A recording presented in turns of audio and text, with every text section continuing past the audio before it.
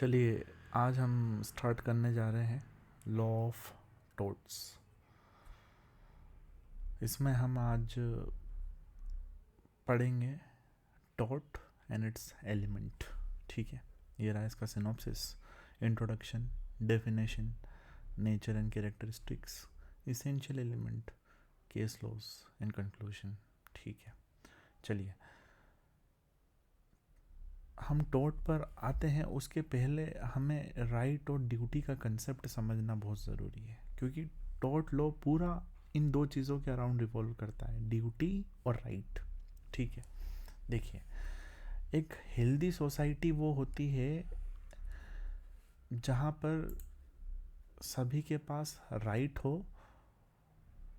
और दूसरे उन राइट्स को रेस्पेक्ट करें। ठीक है, एक हेल्दी सोसाइटी वो होती है जहाँ लोगों के पास राइट हो और लोग एक दूसरे के राइट को रेस्पेक्ट करें, यही उनकी ड्यूटी होती है। इसको हम एग्जांपल से समझते हैं। मान लीजिए ये सोसाइटी है, यहाँ पर है अमन और यहाँ पर है एक्स, यहाँ पर है वाई और यहाँ पर है जेड। देखिए अब एक हेल्दी सोसाइटी में जो भी है इन सब के पास राइट्स होते हैं। कौन कौन से राइट्स हैं? Right to liberty, right to property, right to reputation, ठीक है, राइट टू लाइफ एक्सेट्रा। तो एक हेल्दी सोसाइटी वो होती है जहाँ पर हर इंसान के पास राइट होते हैं, जैसे कि liberty, property, reputation, life, etc. और ये राइट कौन देता है? ये राइट देता है लॉ, है ना। जैसे कि कॉन्स्टिट्यूशन में लिखा है या किसी और एक्ट में लिखा है, तो ये राइट्स देता है एक लॉ। और एक हेल्दी सोसाइटी में हर इंसान के पास ये राइट होता है। तो अब ये जैसे अमन है, इसके पास ये चारों राइट है, लिबर्टी, प्रॉपर्टी, रेप्यूटेशन, लाइफ। अब ये जो दूसरे मेंबर है इन सोसाइटी की, इनकी ड्यूटी है, इनकी ड्यूटी है कि ये अमन के इन राइट्स का रेस्पेक्ट करें। Duty to respect rights of Aman. ठीक है, सिमिलरली अमन की भी ड्यूटी है कि ये तीनों के राइट की रेस्पेक्ट करे। अच्छा, जैसे अमन के पास ये सभी राइट है, एक्स वाई जेड इनके पास भी सभी राइट है, लिबर्टी, प्रॉपर्टी, रेप्यूटेशन, लाइफ। तो इनकी अमन की भी ड्यूटी है कि इनके राइट की रेस्पेक्ट करे, और इसी ड्यूटी को हम बोलते हैं, और इसी राइट और ड्यूटी के कॉम्बिनेशन को हम बोलते हैं कि यही एक हेल्दी सोसाइटी बनाता है। ठीक है, मैं वापस से रिपीट करता हूँ। एक हेल्दी सोसाइटी वो होती है जहाँ पर हर इंसान के पास राइट होते हैं और वो उस सोसाइटी में हर इंसान दूसरे इंसान के राइट्स की रेस्पेक्ट करता है। यही दूसरे इंसानों की राइट को रेस्पेक्ट करने को ही हम बोलते हैं ड्यूटी। तो जैसे राइट भी लॉ देता है, similarly duty is also imposed by law. ठीक है, तो अब अमन के पास राइट है लिबर्टी का, प्रॉपर्टी का, रेप्यूटेशन का, लाइफ का, और इन सब की ड्यूटी है कि वो अमन के राइट की रेस्पेक्ट करे। सिमिलरली इन तीनों के पास भी ये राइट है, लिबर्टी का, प्रॉपर्टी का, रेप्यूटेशन का, लाइफ का, और अमन की ड्यूटी है कि ये इन तीनों के राइट की रेस्पेक्ट करे। अगर कोई भी राइट्स को वायलेट करता है, rights if violated, you can go to court, you can go to court। ठीक है, और आप कंपनसेशन मांग सकते हो, इंजंक्शन मांग सकते हो, अलग अलग चीज़ें, वो डिटेल में हम पढ़ेंगे। तो मेरा इस पूरे चार्ट से समझाने का सिर्फ और सिर्फ एक तात्पर्य है कि एक समाज में हर इंसान के पास राइट होता है, और उसी इंसान के पास, उसी इंसान की ड्यूटी भी होती है कि वो दूसरे के राइट्स के भी रेस्पेक्ट करे। ठीक है, चलिए तो हम यहाँ पर कंक्लूजन लिख देते हैं। Every one has rights plus they also have duty to respect rights of others. ठीक है, तो सोसाइटी ऐसे फंक्शन करती है, इंसानों को राइट्स दिए जाते हैं और उन्हीं इंसानों को दूसरे इंसानों के भी राइट्स की रेस्पेक्ट करना है। ठीक है, चलिए दूसरी चीज़, अब एक कंसेप्ट हम समझ गए कि राइट और ड्यूटी का इंटरप्ले कैसा होता है, कि जब जब आपके पास राइट होगा तब तब आपके पास ड्यूटी भी होगी। ठीक है, अच्छा, अब एक आदमी का राइट, दूसरे आदमी की ड्यूटी, दूसरे आदमी की ड्यूटी, एक आदमी का राइट। अब एक और चीज़ समझते हैं हम कि रॉन्ग क्या होता है। देखिए, रॉन्ग मतलब गलत काम, एक्ट, गलत कृत्य।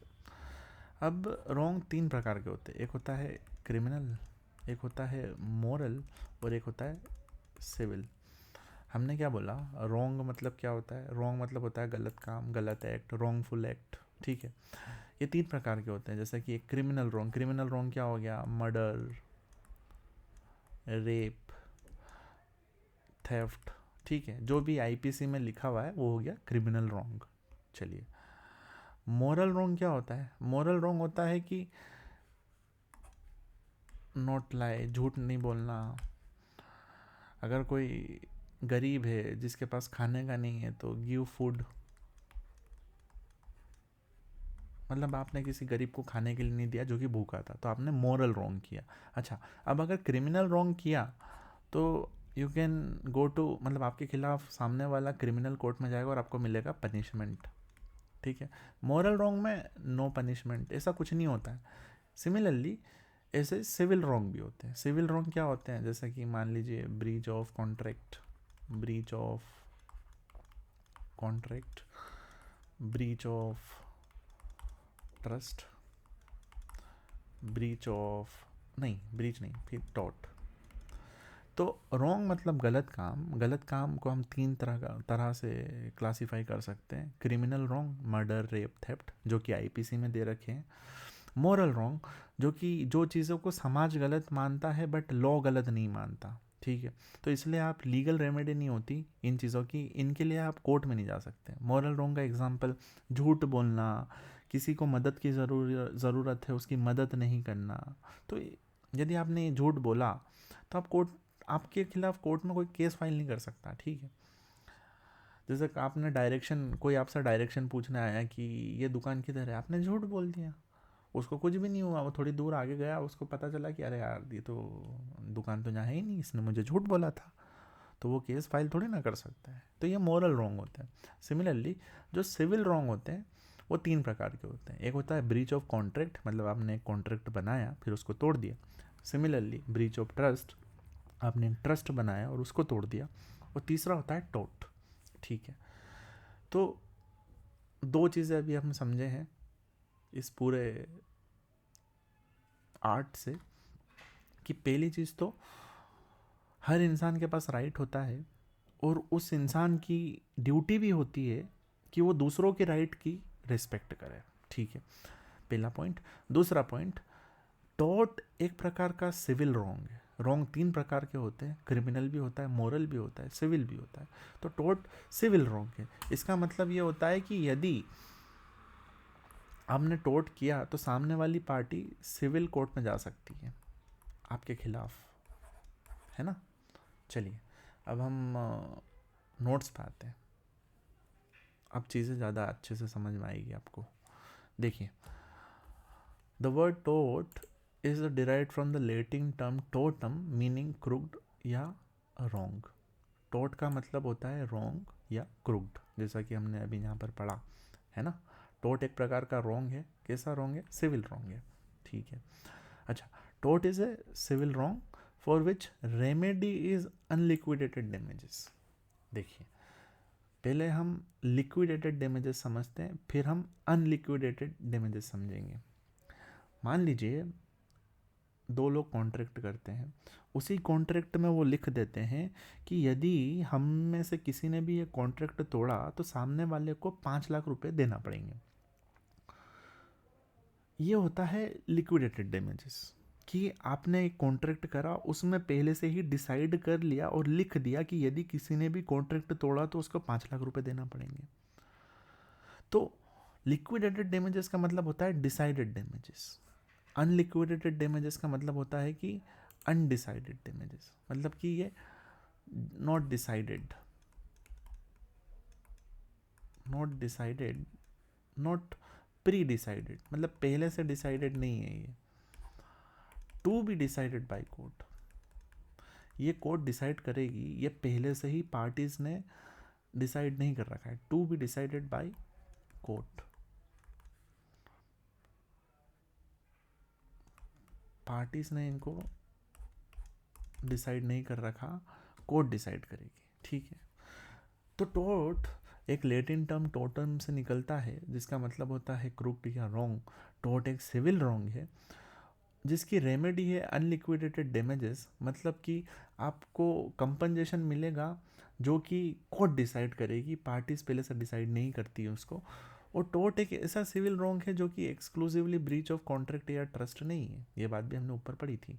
सिविल रॉन्ग 3 प्रकार के होते हैं: breach of trust, breach of contract और टोट।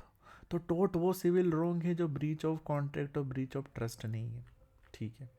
तो ये रही पूरी डेफिनेशन, आपको ये पूरी की पूरी याद रखना है। अब ये जो 2 अलग डेफिनेशन है ये भी देख लीजिए। विनफील्ड ने बोला है कि tortious liability arises from breach of duty fix by law.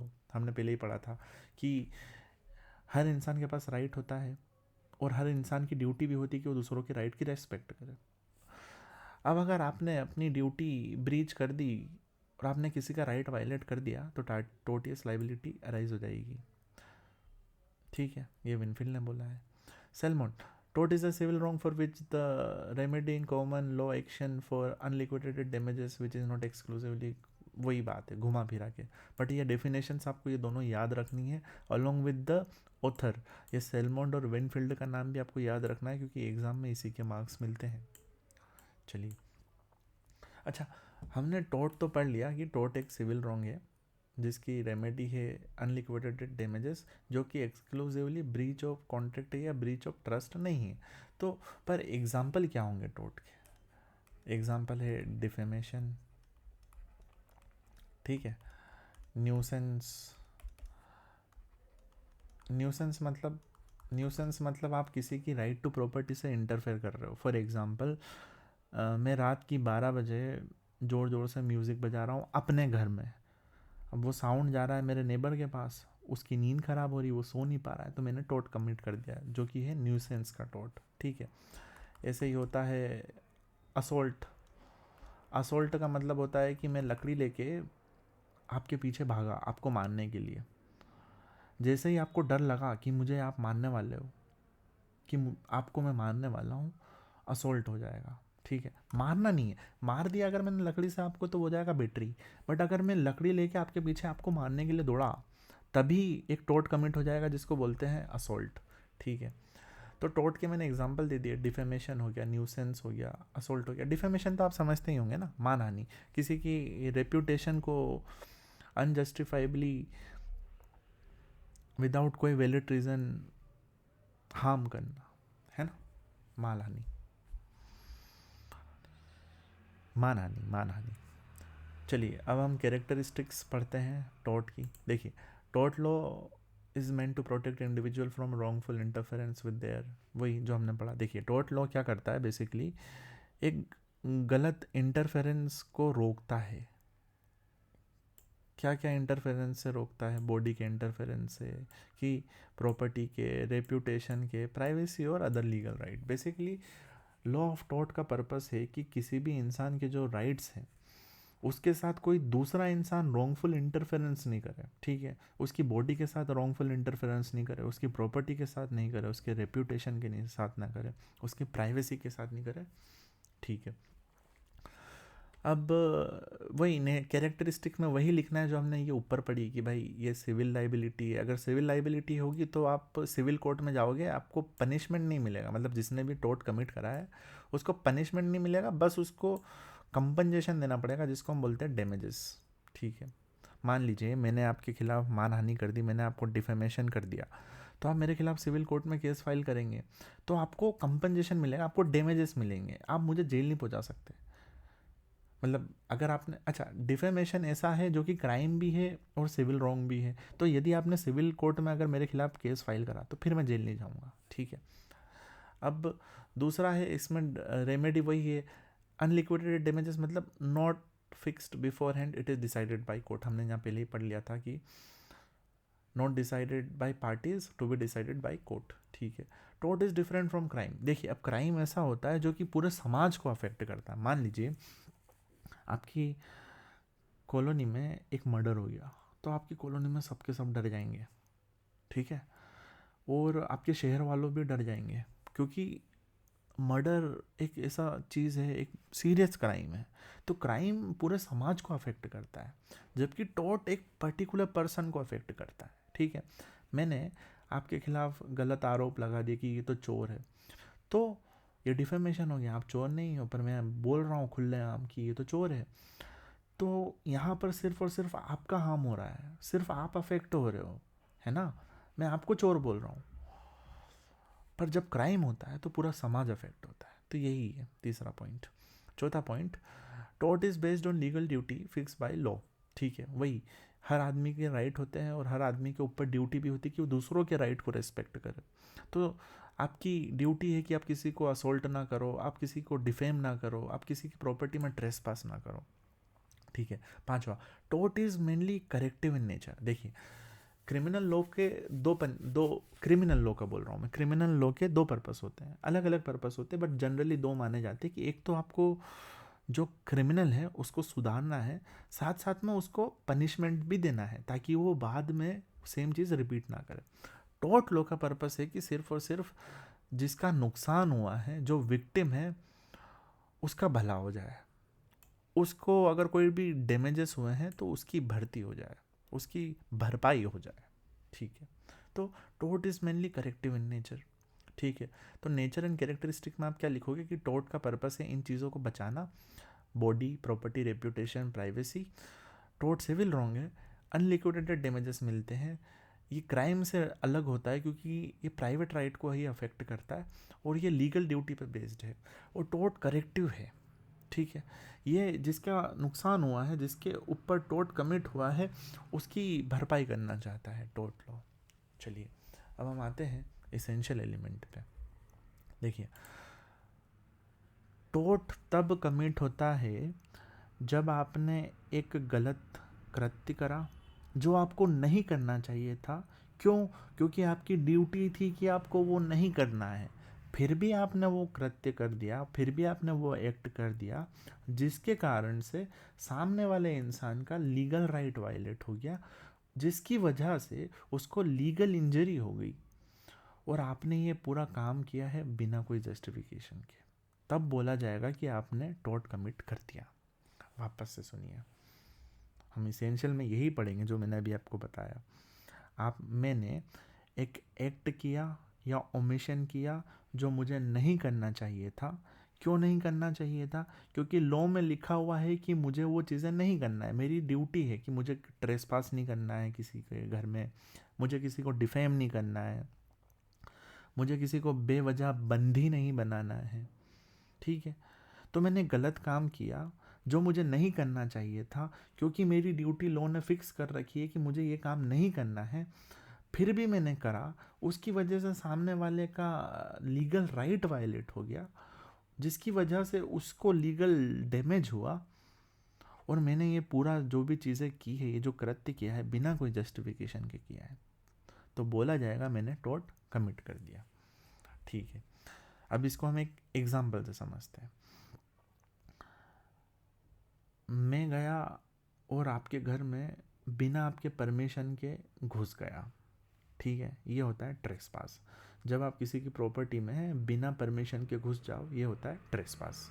ठीक है, तो पहली बात, मैं गया और आपके घर में बिना परमिशन के घुस गया, मुझे ये नहीं करना था। क्यों? क्योंकि लॉ ने मेरे ऊपर ड्यूटी इम्पोज कर रखी कि मुझे किसी के घर में भी ट्रेसपास नहीं करना है। ये हर इंसान की ड्यूटी है, मेरी ही नहीं, हर इंसान की, आपकी भी ड्यूटी है। तो वापस से मेरी एक ड्यूटी थी कि मुझे किसी के भी घर में ट्रेसपास नहीं करना है, फिर भी मैंने जाके आपके घर में ट्रेसपास कर दिया, तो मैंने एक गलत काम किया। और मैंने वो गलत काम किया जो कि मुझे नहीं करना चाहिए था, क्योंकि लॉ ने मेरे ऊपर ड्यूटी लगा रखी थी कि मुझे वो नहीं करना है। उसकी वजह से आपका राइट वायलेट हो गया। आपका राइट क्या है? आपका राइट टू प्रॉपर्टी है ना। आप अगर आपके पास प्रॉपर्टी है, हर इंसान के पास, जिसके पास भी प्रॉपर्टी होती है, उसके पास ये राइट होता है कि कोई भी उसकी प्रॉपर्टी से आके इंटरफेयर ना करे। ठीक है, तो मैंने एक गलत काम किया, मैंने एक लीगल ड्यूटी ब्रीच करी, जिसकी वजह से आपका राइट टू प्रॉपर्टी वायलेट हो गया। ठीक है, अब क्योंकि आपका राइट वायलेट हो गया है तो आपको एक लीगल डैमेज होगा। अब लीगल डैमेज और एक्चुअल डैमेज दो अलग चीज़ होती है। ठीक है, जैसे ही लीगल राइट वायलेट होता है हम बोलेंगे लीगल डैमेज हो गया, और जो एक्चुअल डैमेज होता है वो अलग होता है। मान लीजिए मैंने आपके घर में आग लगा दी या आपका सामान तोड़ दिया, ये हो गया एक्चुअल डैमेज, वो चीज़ अलग है। ठीक है, तो मैंने क्या करा, मैं आपके घर में घुसा, जो कि मुझे नहीं करना चाहिए था, बिना आपकी परमिशन के, और इसकी वजह से आपका लीगल राइट वायलेट हो गया। और मैंने ये बिना कोई जस्टिफिकेशन से किया है, मतलब मेरे पास कोई रीज़न नहीं था, मैं ऐसे ही आपके घर में घुस गया। मान लीजिए कभी जैसे कि कुत्ता मेरे पीछे भाग रहा था और मैं आपके घर में आके घुस गया, तो जस्टिफाइड है, एक रीज़न था। बट ऐसा नहीं है, मैं बिना वजह आपके घर में घुस गया आपकी बिना परमिशन, तो मैंने टोर्ट कमिट कर दिया। ठीक है, अब हम इसको एक एक करके इसेंशियल को तोड़ के समझेंगे। देखिए, टोर्ट करने के लिए इन चीज़ों की आवश्यकता है कि आपने रॉन्गफुल एक्ट किया या रॉन्गफुल ओमिशन किया। रॉन्गफुल एक्ट करना मतलब ऐसा करना जो कि लॉ बोलता है कि नहीं करना है। रॉन्गफुल ओमिशन करना मतलब कि जहाँ पर आपको कुछ करना चाहिए था लेकिन आपने नहीं किया। ठीक है, रॉन्गफुल एक्ट का एग्जाम्पल ये हो गया कि आप किसी के घर में पत्थर फेंक रहे हो और उसका आपने खिड़की तोड़ दी, ये रॉन्गफुल एक्ट है। लॉ बोलता है कि ये नहीं करना है। रॉन्गफुल ओमिशन ये है कि भाई आपके घर में गमले रखे हुए हैं बहुत ऊपर बालकनी में, ठीक है, और वो बहुत ही रिस्की जगह पे रखे हुए हैं, तो आपकी ड्यूटी ये होती है कि आप अगर इतने भारी गमले अपने घर पर ऊपर रख रखे हैं बालकनी में, तो उनको अच्छे से रखो। और आपने अच्छे से नहीं रखा, एक दिन हवा चली तो वो गमला गिर के किसी के सर पे गिर गया, उसको बहुत बुरी लग गई। ठीक है, तो ये आपने रॉन्गफुल ओमिशन करा है, ये आपको नहीं करना चाहिए था। पहला तो आपने एक रॉन्गफुल काम किया है, ठीक है, जो आपको नहीं करना चाहिए था। दूसरा, आपने रॉन्गफुल ओमिशन किया, मतलब आपकी ड्यूटी थी कि आप सभी, अगर आपके घर में कुछ हेवी ऑब्जेक्ट है तो उसको संभाल के रखो, तो आपने संभाल कर नहीं रखा, आपने अपनी ड्यूटी को वायलेट कर दिया, इसी को बोलते हैं रॉन्गफुल ओमिशन। आपने केयर एक्सरसाइज नहीं की। पहली जगह आपने गलत काम कैसे किया, कुछ करके पत्थर फेंका। दूसरी जगह आपने कुछ नहीं करा, आप चुपचाप बैठे थे, वो अब गमला अपने आप गिर गया, बट आपने कुछ नहीं करा, यही गलत चीज़ थी। आपको वहाँ पर कुछ करना था, आपको ये इंश्योर करना था कि वो गमला सेफ रखा रहे। ठीक है, तो ओमिशन का एग्जाम्पल में आपको ये गमले वाला एग्जाम्पल याद रखना है कि गमला छत पे से गिर गया अपने आप हवा से। और एक्ट में कोई सा भी याद रख सकते हो कि आपने किसी के घर में पत्थर फेंक दिया, बम फेंक दिया, एक्सेट्रा। ठीक है, चलिए, तो टोर्ट करने के लिए सबसे पहले तो आपको रॉन्गफुल एक्ट करना है या रॉन्गफुल ओमिशन करना है, एग्जिस्टेंस ऑफ लीगल ड्यूटी। अच्छा, जब आप ये कर रहे हो तो आपके ऊपर ड्यूटी है कि आप किसी के ऊपर इंजरी नहीं करना है, किसी को डिफेम नहीं करना है, किसी के घर में ट्रेसपास नहीं करना है, नेग्लिजेंटली एक्ट नहीं करना है। ठीक है, the wrongful act must amount to breach of duty which is recognise by law. In tort, duty is not created by agreement between party, it is duty imposed by law. ठीक है, अब जैसे मैंने पहले भी आपको बताया, हर इंसान के पास राइट है। सिमिलरली हर इंसान के ऊपर लीगल ड्यूटी भी होती है कि वो दूसरे लोगों के राइट की रेस्पेक्ट करे। ठीक है, तो आपने एक एक्ट और ओमिशन किया, यहाँ पर कर दिया, और उससे आपने आपकी लीगल ड्यूटी ब्रीच कर दी, जो कि ये चीज़ें नहीं करने की थी। इसकी वजह से सामने वाले का लीगल राइट वायलेट हो गया, जैसे कि राइट टू प्रॉपर्टी वायलेट हुआ ना, इस केस में हम एग्जांपल ले रहे पत्थर फेंकने वाला। तो देखिए, सबसे पहले आपने किसी के घर में पत्थर फेंक दिया तो ये रॉन्गफुल एक्ट है, गलत काम है ये। आपकी ड्यूटी थी कि आप किसी के भी घर में ट्रेसपास नहीं करो। ये ट्रेसपास होता है कि आप खुद घर में चले गए या आपने कुछ फेंक दिया दूसरों की प्रॉपर्टी में, वो भी ट्रेसपास होता है। तो आपकी ड्यूटी थी कि आपको वो नहीं करना है, बट आपने तो कर दिया यहाँ पर। तो इसकी वजह से सामने वाले का राइट टू प्रॉपर्टी वायलेट हो गया। ठीक है, अब जैसे ही राइट वायलेट हो जाता है तो लीगल डैमेज हो जाता है। लीगल डैमेज का मतलब क्या होता है कि when ever a right is violated, अपने आप लीगल डैमेज हो जाता है। ठीक है, अब लीगल डैमेज को हम एक एग्जांपल से समझते हैं। मान लीजिए वही मैं आपके घर में घुस गया, कुछ भी नहीं किया और वापस बाहर आ गया, फिर भी आप मेरे ऊपर केस कर सकते हो। क्यों? क्योंकि लीगल डैमेज उसी मोमेंट पे हो जाएगा जब आपका लीगल राइट वायलेट हो जाए। और लीगल राइट वायलेट तब होगा जब मैं आपके घर में बिना परमिशन के घुस गया। मैं भले ही 1 सेकंड के लिए घुस गया और वापस निकल गया, वो इररिलेवेंट है। लीगल डैमेज तो हो गया। क्यों? क्योंकि मैंने आपकी राइट टू प्रॉपर्टी को वायलेट कर दिया। ठीक है, इसका एक केस लो है, एशबे वर्सेस वाइट। इसमें क्या होता है कि एक आदमी वोट करने के लिए जा रहा होता है, उसको पुलिस वाले पकड़ लेते हैं। अब ये आदमी वोट नहीं कर पाता है। अच्छा, अब जिसके लिए वो वोट करने जा रहा था वो फिर भी इलेक्शन जीत जाता है। बट ये जो एशबे है ना, ये जो जिसको रोका गया, वो तो केस फाइल कर देता। वो बोलता है कि मेरा लीगल राइट था वोटिंग का, इन्होंने मुझे रोका है, तो अब मुझे डैमेजेस दो, मुझे कंपनसेशन दो, मुझे पैसा दो, मेरी भरपाई करो भाई, मेरा लीगल राइट वायलेट हुआ है। तो सामने वालों ने बोला कि चलो मान लिया कि हमने तुम्हारा लीगल राइट वायलेट किया, बट फिर भी उससे तुम्हें कुछ नुकसान थोड़ी ना हुआ है भाई। तुम जिसको वोट देने जा रहे थे वो तो ऐसे भी जीत गया। तो कोर्ट ने बोला नहीं नहीं नहीं नहीं नहीं, ऐसा नहीं होगा। द मोमेंट आपने किसी का लीगल राइट वायलेट कर दिया, हम मानेंगे कि उसको लीगल डैमेज हो गया, और आपको सामने वाले को जिसने भी लीगल डैमेज करा है उसको कंपनसेशन देना पड़ेगा। तो इसमें इस केस में कंपनसेशन मिला था जिसका भी लीगल राइट वायलेट हुआ था। ठीक है, सिमिलरली तो इसी को बोलते हैं इंजुरिया साइन डेमनम, कि लीगल इंजरी हो गई बट कुछ एक्चुअल लॉस नहीं हुआ है ना।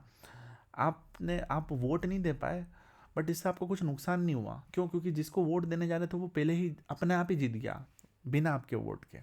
बट फिर भी आपको पैसे तो मिलेंगे। क्यों? क्योंकि लीगल इंजरी हुई, आपका लीगल राइट वायलेट हुआ है, राइट टू वोट। ठीक है, अब दूसरा एग्जाम्पल लेते हैं, ग्लोचेस्टर ग्रामर स्कूल केस। इसमें क्या होता है कि एक स्कूल चल रहा होता है, उसी के पास एक दूसरा आदमी एक स्कूल खोल लेता है, जिसकी वजह से जो पहला स्कूल होता है उसको नुकसान होने लग जाता है। भाई उसके यहाँ पर कम बच्चे जाते हैं, नए एडमिशन होना कम हो जाते हैं, तो वो जो पहला स्कूल वाला है वो दूसरे स्कूल वाले के ऊपर केस फाइल कर देता है। तो अब यहाँ देखा जाए तो यहाँ नुकसान तो हो रहा है भाई। जब मान लीजिए जब पहले स्कूल था, पहला वाले स्कूल में 100 बच्चे आते थे, लेकिन जैसे ही दूसरा स्कूल खोला तो 50 उधर चले गए। तो अब इसका नुकसान तो हुआ है, बट यहाँ पर कोई लीगल राइट वायलेट नहीं हुआ। क्यों? भाई सबके पास अधिकार है स्कूल खोलने का, जिसको चाहे वो खोले। ठीक है, तो इस केस में कोर्ट ने मना कर दिया कि नहीं, हम आपको पैसे नहीं दिलाएंगे, कोई भी कंपनसेशन नहीं दिलाएंगे। क्यों? क्योंकि आपका लीगल राइट तो वायलेट नहीं हुआ। हाँ, आपको लीगल इंजरी जरूरी हुई है ना। लीगल इंजरी क्या हो रही है, मतलब लॉस जरूर हुआ है, घाटा जरूर हुआ है। घाटा क्या हुआ आपको? आपके 50 बच्चे चले गए तो आपको कम फीस मिल रही है, बट इसमें आपका कोई लीगल राइट वायलेट नहीं हुआ ना। वो तो सामने वाला तो अपना राइट टू प्रोफेशन एक्सरसाइज कर रहा है। ठीक है, तो इसका मतलब होता है डेमनम साइन, इसी को बोलते हैं डेमनम साइन इंजुरिया। मतलब आपको लॉस हो रहा है, आपको घाटा हो रहा है, लेकिन आपका लीगल राइट वायलेट नहीं हो रहा, तो उस केस में आपको कुछ नहीं मिलेगा। पहले वाले केस में जब आपका लीगल राइट वायलेट हो जाता है, भले ही फिर आपको नुकसान हो या ना हो, आपको पैसे मिल जाएंगे, आपको कंपनसेशन मिल जाएगा, आपको डैमेजेस मिल जाएंगे। ठीक है, चलिए अब पांचवा पॉइंट, जो भी आपने गलत काम किया है वो ऐसा होना चाहिए जिसकी लॉ के अंदर रेमेडी होना चाहिए। ठीक है, रेमेडी जैसे कि डैमेजेस, कंपनसेशन, इंजंक्शन। मान लीजिए इंजंक्शन का मतलब होता है कि कोई आपके घर में बार बार रोज आके फटाके फेंकता है, हर रात में आता है और बम फेंकता है। ठीक है, एक रस्सी बम फेंक के भाग जाता है। तो आप कोर्ट में जाओगे, केस फाइल करोगे कि सर हमारे घर में ये रोज़ आके बम फेंक रहा है रात में, हमें सोने नहीं देता। तो कोर्ट जब उसको ऑर्डर देगी कि आज के बाद तुम इनके घर में कभी भी बम नहीं फेंकोगे, तो उसको बोलते हैं इंजंक्शन। इंजंक्शन बेसिकली कोर्ट का ऑर्डर होता है जो किसी को कुछ करने से रोकता है। ठीक है, रेस्टिट्यूशन। ठीक है, रेस्टिट्यूशन का मतलब होता है कि जो भी इंसान है उसको अपनी पुरानी वाली पोजीशन में पहुंचाना। इस पर हम बाद में थोड़ा डिटेल में कवर करेंगे, आगे वीडियो आएगी इस पर, ठीक है। फिर छठा है कि जो भी आपने एक्ट करा बिना कोई डिफेंस के करा, जैसे मैंने आपको एग्जांपल दिया ना था ना कि मान लीजिए मैं आपके घर में घुस गया बिना परमिशन के, बट मैं इसलिए घुसा क्योंकि मेरे पीछे कुत्ता दौड़ रहा था, तो यहाँ मेरे पास डिफेंस हो जाएगा नेसेसिटी का, ठीक है। तो अगर डिफेंस हो गया तो फिर वो टोट नहीं रहेगा, ठीक है।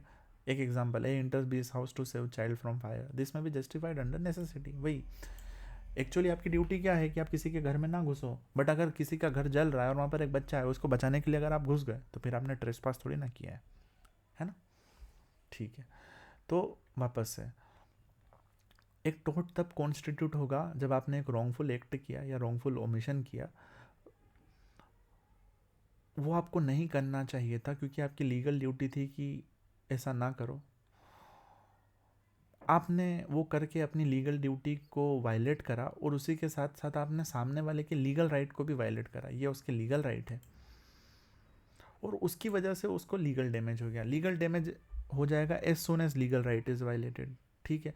इंजरी होना ज़रूरी नहीं है, उसको नुकसान हो या ना हो वो ज़रूरी नहीं है। एशबे वर्सेस वाइट आप याद रखेंगे कि आप जिसको वोट देने जा रहे थे वो जीत गया, आप वोट नहीं दे पाए फिर भी वो जीत गया, तो देखा जाए तो आपको तो कुछ नुकसान नहीं हुआ, आप उसको जिताना चाहते थे वो जीत गया, बिना आपके वोट के जीत गया, बट फिर भी कोर्ट ने इस केस में कंपनसेशन दिया था, क्यों? क्योंकि लीगल राइट वायलेट हुआ था। सिमिलरली ग्लोचेस्टर ग्रामर स्कूल, इसमें स्कूल खोल दिया दूसरे ने, तो लीगली स्कूल खोलना गलत तो है नहीं, बट इसमें आपको इंजरी तो हुई, आपको नुकसान तो हो रहा है, आपके आधे बच्चे उधर चले गए, तो ये भी ये यहाँ पर आपको कंपनसेशन नहीं मिलेगा, क्यों? क्योंकि यहाँ पर आपका कोई लीगल राइट वायलेट नहीं हो रहा है। हाँ, आपको लॉस हो रहा है, आपको नुकसान हो रहा है, बट लीगल राइट वायलेट नहीं हो रहा है। तो टोर्ट में आपको पैसा तभी मिलेंगे, कंपनसेशन तभी मिलेगा, डैमेजेस तभी मिलेंगे जब आपका लीगल राइट वायलेट हो रहा है। अगर आपको नुकसान हो रहा है तो नहीं, कोर्ट ये देखेगी कि राइट वायलेट हो रहा है कि नहीं, ठीक है। फिर रोंग ऐसा होना चाहिए जो कि जिसकी रेमेडी हो, ठीक है। छठा, आपने जो भी ये किया कृत्य वो बिना कोई वैलिड डिफेंस के किया, ठीक है। चलिए अब वापस से हम पूरी वीडियो समराइज़ कर देते हैं। देखिए, एक हेल्दी सोसाइटी वो होती है जहाँ पर सबके पास राइट्स हो, और जिसके पास भी राइट्स है उसके पास ये भी ड्यूटी होती है कि वो दूसरों के राइट्स की भी रिस्पेक्ट करे, ठीक है। तो where there are rights there are also duty. Similarly अब रॉन्ग होते हैं, रॉन्ग तीन तरह के होते हैं, गलत काम, गलत कृत्य, गलत एक्ट।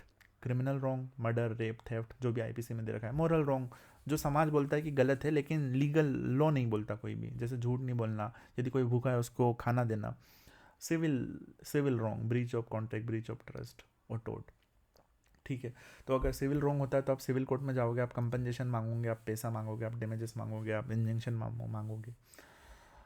फिर इंट्रोडक्शन में यही लिखना है कि टोर्ट सिविल रॉन्ग है, उसका मतलब होता है रॉन्ग जो कि एक्सक्लूसिवली ब्रीच ऑफ कॉन्ट्रैक्ट नहीं है। अनलिक्विडेटेड डैमेजेस मिलते हैं, मतलब डैमेजेस पार्टीज ने पहले से ही डिसाइड नहीं कर रखे हैं, कोर्ट डिसाइड करके देगी कि कितना हुआ, आपका जितना लीगल राइट वायलेट हुआ उसके बेसिस पे। नेचर और कैरेक्टरिस्टिक, टोर्ट एक सिविल रॉन्ग है, रेमेडी अनलिक्विडेटेड डैमेजेस है। टोर्ट इन चीज़ों को प्रोटेक्ट करता है, टोर्ट लॉ इन चीज़ों को प्रोटेक्ट करता है। डिफरेंट फ्रॉम क्राइम है क्योंकि private person, private right affect होते हैं। करेक्टिव इन नेचर है, मतलब जिसका नुकसान हुआ है टोर्ट लॉ चाहता है कि उसकी भरपाई हो जाए, ठीक है। It is based on duty fix by law, ठीक है, हमने पहले ही पढ़ लिया ये भी। टोर्ट तब कमिट होगा जब आपने एक रॉन्गफुल एक्ट किया, ओमिशन किया, जो आपको नहीं करना चाहिए था क्योंकि आपकी लीगल ड्यूटी थी वो नहीं करने की, और आपने अपनी लीगल ड्यूटी की ब्रीच करी और जिससे सामने वाले का लीगल राइट वायलेट हो गया, और उस लीगल राइट के वायलेट होने से सामने वाले को लीगल डैमेज हुआ, और आपने ये जो भी किया है ये बिना कोई वैलिड जस्टिफिकेशन के किया है, और जो भी आपने किया है उसकी रेमेडी है लॉ में, तो माना जाएगा आपने टॉर्ट कमिट किया है, ठीक है। अब इसी के साथ हम ये वीडियो कंप्लीट करते हैं। ये वाला जो टॉपिक है ना, difference between tort and contract, between tort and crime and between tort and breach of trust, this we will cover in next video. All right, see you in another video, bye bye, Tata.